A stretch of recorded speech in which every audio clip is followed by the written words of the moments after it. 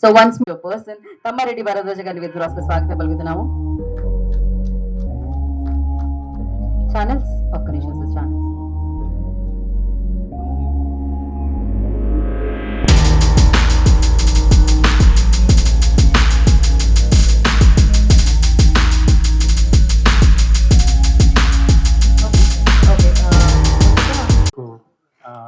నా నమస్కారాలు. సో నాది యష్ ఫిలిం ఫ్యాక్టరీ బ్యానర్ మన ఎస్కే పిక్చర్స్ అసోసియేషన్తో కొలాబరేట్ చేయడం జరిగింది. So this my debut. It's a good launch pad. I should thank Suresh Kondeti garu and Tammareddy brothers garu for coming and making this occasion more grandful. మంచి కంటెంట్స్తో ఇంకా ముందు ఇంకా మంచి పిక్చర్స్ని సురేష్ కొండేటి గారితో పర్సనల్గా నేను ఇంకా మంచి తీసుకొచ్చి ప్రేక్షకులను ఇంకా మంచిగా ఆదరిస్తానని, యష్ ఫిలిం ఫ్యాక్టరీ నుంచి ఇంకా బెటర్ ఫిలిమ్స్ వస్తాయని, ఎక్కడ డిసప్పాయింట్ చేయనని ఖచ్చితంగా I can promise to all the Telugu audience. And thanks for giving this opportunity. Oh short and sweet. I like this. All the very best. So now Akhilesh చేస్తుంది అంటే throughout cinema emotion dominate చేస్తుంది. నాకు నిజంగా second హాఫ్లో విలన్ని చూస్తే భయం అనిపించలేదండి, కానీ తల్లి దగ్గరికి సీన్ వచ్చేటప్పుడు భయం వేస్తుంది. ఈవిడ ఎలా రియాక్ట్ అయిపోతుందిరా అని. మొత్తం త్రూఅవుట్ సినిమా అండి ఒక ఆల్మోస్ట్ అంటే బిగినింగ్లో ఒక 10 నిమిషాల నుంచి చివరి వరకు ఆల్మోస్ట్ 2.5 hours మూవీ. ఎక్కడ ఏ సెకండ్ కూడా ఒక సెకండ్ అంటే ఒకవేళ ఇంటర్వ్యూలో ఒక 2 నిమిషాలు లేట్ అయితే ఏమైపోతుంది అంత అద్భుతంగా ఉందండి. డెఫినెట్గా మై బేబీని అంటే మై బేబీ అందరి బేబీ అవ్వాలని నేను మనస్ఫూర్తిగా కోరుకుంటూ సురేష్ గారికి ఆల్ ది బెస్ట్ చెప్తున్నాను అండి. Thank you. Thank you. అందరికీ నమస్కారం. మై బేబీ అనే సినిమా లాస్ట్ మంత్ నేను తమిళనాడులో నా ఫ్రెండ్ ఒక పిఆర్ఓ ఉంటే అతను అడిగా, డిఎన్ఏ అనే ఒక సినిమా వచ్చిందన్న ఎరగదీసేసింది అని చెప్పాడు.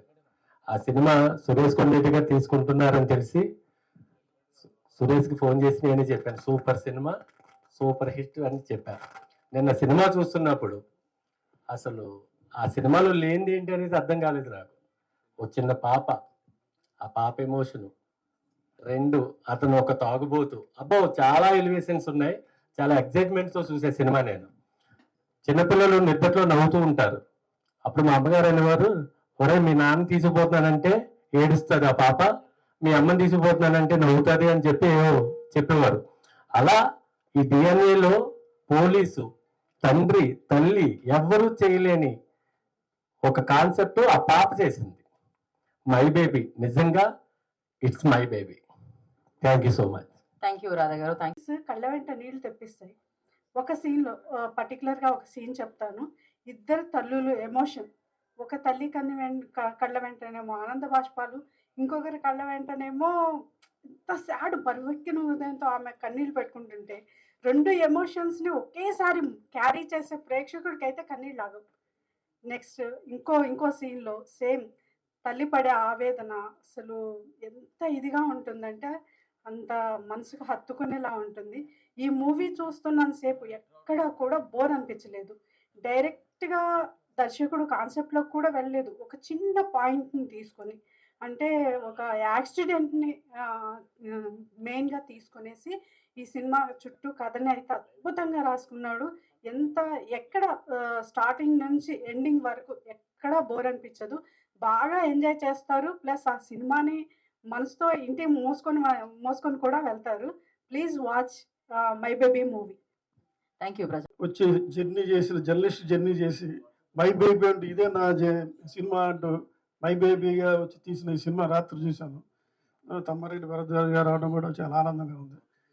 ఈ మై బేబీ అనేది ఏంటంటే ఈ డైరెక్టరు కథలో క్యారెక్టరైజేషన్ చాలా బాగా ఎంచుకున్నాడు. హీరోయిన్ క్యారెక్టరైజేషన్ కొంచెం సైకోగా, అంటే మెంటల్గా డిజాస్టర్ చేయి అలాంటి క్యారెక్టర్ ఒక బేబీని టచ్ చేసినప్పుడు ఇది నా పిల్ల కాదు అంటే ట్రైలర్లో చెప్పేశారు కదా, ప్రతి జీవికి ఆ పిల్లల స్పర్శతో ఇది నాదే కాదు అని తెలిసిపోద్ది. యానిమల్స్కి అయితే పిల్లకి తల్లి దగ్గరికి వెళ్తుంది. ఆ కాన్సెప్ట్ తీసుకొని కొంచెం దేశంలో ఉన్నటువంటి అసలైన ఒక బర్నింగ్ ఇష్యూని, పిల్లల ఎస్కేపిజాన్ని తీసుకొని చాలా బాగా చక్కగా వెలివేట్ చేసి చూపించారు. ఇందులో ఒక డైలాగ్ ఉంటుంది, విలన్ తప్పు చేసిన వాడు ఇప్పుడు తప్పించుకోవచ్చు కానీ ఎప్పటికైనా శిక్ష అనుభవించాల్సిందే. ఇది ఈ సినిమాలో మెయిన్ కాన్సెప్ట్. దాని డైలాగ్స్ చాలా బాగా రాశారు. అలాగే సినిమా పరంగా స్క్రీన్ పే అద్భుతంగా ఉంది. ఇంతకన్నా ఈ సినిమా గురించి చెప్పడం కంటే రేపు వెళ్ళి థియేటర్లో చూస్తే మీరే చాలా ఫీల్ అవుతారు. ఈ అవకాశం ఇచ్చినందుకు థ్యాంక్ యూ. థ్యాంక్ యూ అండి. ఫిలిం. ఈ సినిమా గురించి మాట్లాడే ముందు సురేష్ కొండేటి గారి గురించి మాట్లాడాలి. తెలుగు ఫిల్మ్ ఇండస్ట్రీలో 100% సక్సెస్ రేషియో ఉండే ఏకైక ప్రొడ్యూసర్ సురేష్ కొండేటి గారు. సో ఆయన స్ట్రైట్ తెలుగు ఫిలింలు తీయకపోయినా కాంటెంట్ ఉండే తమిళ్ ఫిలిమ్స్ ని, అదర్ లాంగ్వేజెస్ ఫిలిమ్స్ ని మనకి ఇవ్వడానికి మాక్సిమం ట్రై చేస్తున్నారు. అండ్ ఆ సినిమాలు అదే రేంజ్ లో ఉంటాయి. ఆయన ప్రేమిస్తే ఫిలిం నుంచి journey and all, shopping mall and ఇప్పుడు రిలీజ్ అవుతున్న మై బేబీ ఫిలిం వరకు ప్రతి సినిమాలో ఒక మంచి మెసేజ్ ఉంటుంది. అండ్ అలానే ఈ సినిమాలో కూడా ఉంది. డెఫినెట్ గా మదర్స్ ఈ సినిమాని మిస్ అవ్వకండి. సినిమాలో చాలా మంచి ఫ్యామిలీ కాంటెంట్ ఉంది. అందరూ థియేటర్కి వెళ్ళి ఈ సినిమా చూస్తారు అనుకుంటున్నా. ఎందుకంటే ఇలాంటి సినిమాలు రెగ్యులర్ గా రావు, కొన్ని సంవత్సరాలకు ఒకసారి అలా వస్తూ ఉంటాయి. సో ఈ సినిమాని తెలుగు ఆడియన్స్ కి ఇచ్చినందుకు సురేష్ కొండేటి గారికి అండ్ సాయి చరణ్ గారికి చాలా థ్యాంక్స్. సినిమా మాత్రం నేను కంటెంట్ ని రివీల్ చేయటం లేదు. And Atharva, Nimisha main leads ఇద్దరు చింపి అవతలేసేసారు క్యారెక్టరైజేషన్స్. నేను సినిమాని ఎక్కువ రివీల్ చేయను. డెఫినెట్ గా ఫ్యామిలీ ఆడియన్స్ తో చూడటానికి పెర్ఫెక్ట్ ఎంటర్టైనర్ ఇది. డెఫినెట్ గా థియేటర్స్ లో చూడండి. Thank you. ఇది ఫస్ట్ నేను జర్నలిస్ట్గా వచ్చి తర్వాత డిస్ట్రిబ్యూటర్గా మారి దాదాపు 85 సినిమాలు చేశాను. తర్వాత ప్రొడ్యూసర్గా చేయాలనుకున్నప్పుడు ప్రేమిస్తే సినిమా నేను చూశాను. చూసిన తర్వాత చాలామందికి ఆ సినిమా గురించి చెప్తే ఎవరో పెద్ద ఇంట్రెస్ట్ చూపించలేదు. నన్ను ఇండైరెక్ట్గా కృష్ణవంశీ గారు కానీ అప్పుడు తేజ గారు బాగా ఫ్రెండ్లీగా ఉండేవాళ్ళం. వాళ్ళు కూడా తిట్టారు నన్ను, వద్దురా నువ్వు రిస్క్ అయిపోతావు, నువ్వు ఉండాలి ఇండస్ట్రీలో, బాగుండాలి అనే టైప్ చెప్పారు. లేదు ఎలాగైనా చేయాలి పంతంతో అనుకున్నప్పుడు మారుతి, మన ఇప్పుడు టాప్ మోస్ట్ డైరెక్టర్ మారుతి, రాజా సాబ్ మారుతి గారు, నేను లేదు చేద్దాం బాసు, ఇది డెఫినెట్గా మనకు బాగుంటుంది అంటే అప్పుడు మారుతి నేను కలిసి చేశాను సినిమా. ఫస్ట్ సినిమా నేను ప్రొడ్యూసర్గా, ఆయన ఎగ్జిక్యూటివ్ ప్రొడ్యూసర్గా ప్రేమిస్తే సినిమా చేయడం జరిగింది. ఈ అక్టోబర్కి కరెక్ట్గా 20 years అయింది ఆ సినిమా రిలీజ్ అయ్యి. అంత బ్లాక్ బస్టర్ ఇచ్చిన తర్వాత సరే మనం మంచి కంటెంట్ ఉన్న సినిమాలు చేయాలని మళ్ళీ 1 year గ్యాప్ తీసుకుని నేను షాపింగ్ మాల్ సినిమా, ఆ తర్వాత వరుసగా జర్నీ, అదే మరో బ్లాక్ బస్టర్ అయింది. తర్వాత ఒకసారి అన్నయ్య భరద్వాజ్ గారి ఆఫీస్కి వెళ్ళినప్పుడు రెగ్యులర్ కలుస్తూ ఉండేవాడిని. 2 సినిమాలు బాగుంటారు, ఆయన టేస్టీగా ఉంటాయి, ఏదైనా మంచి సినిమా ఉంటే చెప్పు మనం చేద్దాం అన్నారు ఆయన. అన్న అంత అదృష్టం అని చెప్పేసి సరే అనుకోకుండా నేను చెన్నై వెళ్ళి ఓ సినిమా పోస్ట్ ప్రొడక్షన్లో చూసా. ఆ సినిమా పిజ్జా అనే సినిమా చూసి అన్నయ్యకి ఫోన్ చేశా. అన్న ఈ సినిమా చూశాను నేను, చాలా బాగుంది, మన తెలుగు బాగుంటుంది అని. సరే ఎంత పంపించామంటే చెప్పు అన్న. అంతే సరే చెప్పి ఇలా ఎంత బడ్జెట్లో అవుతుంది అంటే సింగిల్ పేమెంట్ కొట్టాడు ఆయన ఆ రోజు. నాకు షాకు. సరే ఆ రోజు తమిళనాడు భరద్వాజ్ గారితో కలిసి ఆ సినిమా నేను చేయటం నిజంగా ఆ జన్మాంతో అన్నయ్యకి రుణపడి ఉంటాను.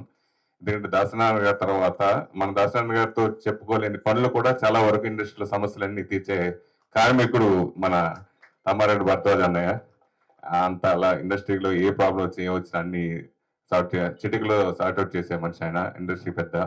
సో ఆయనతో కలిసి నేను ఆ సినిమా చేయడం అదృష్టంగా వెళ్ళాను. సో అలాగే ఈ సినిమా కూడా నేను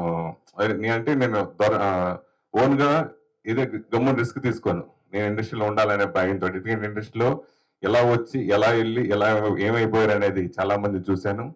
కానీ ఎంత జాగ్రత్తగా ఉన్నాను కాబట్టి ఈ 35 సంవత్సరాలు నేను ఇక్కడ ఇండస్ట్రీలో ఉండగలిగాను.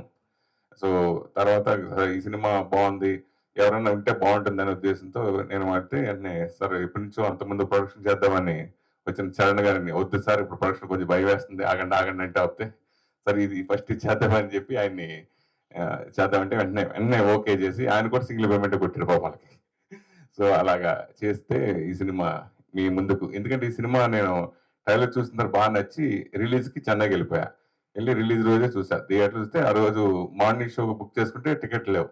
సరే ఈవినింగ్ మళ్ళీ నైట్ సెకండ్ షో చూసా. చూసిన నాకు నైట్ నిద్రపట్ల. ఇది ఎట్టి పరిస్థితుల్లో తెలుగు ప్రేక్షకులకు అందించాలి, కన్షార్ట్గా మిస్ అవ్వకూడదు. తెలుగు ప్రేక్షకులు ఈ సినిమా కంపల్సరీ చూసి తీరాలి. మరో ప్రేమిస్తే మరో జర్నీ ఈ సినిమా అవుతుంది.